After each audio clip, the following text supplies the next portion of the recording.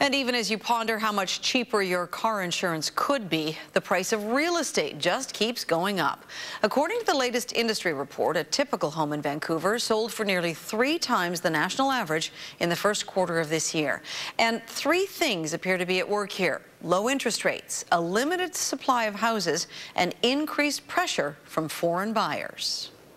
Putting down roots in Vancouver is getting more expensive, especially if you're shopping for property in some of the city's most desirable neighborhoods. You know, you're probably looking close to $2 million for an average sale price of a single-family house on the west side of Vancouver, and maybe not quite so high in West Vancouver.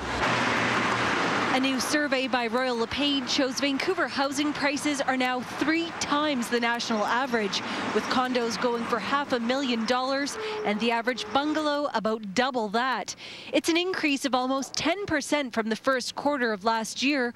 According to realtors, it's fueled mainly by low interest rates and demand from abroad. There's a large demand for properties in Vancouver and Richmond amongst the Chinese population, and they're looking to immigrate. While the focus on Chinese buyers has prompted some to push for restrictions on foreign ownership, some analysts say the bigger concern is whether Canadians are taking on too much debt without having the income to match rising prices. Canadians had a little bit of complacency, saying, you know, well, in Canada we don't incur debt like Americans do. Well, we've started to trade places with the Americans. Americans are paying down debt at a fairly rapid clip, and Canadians have yet to face that and bite the bullet on that.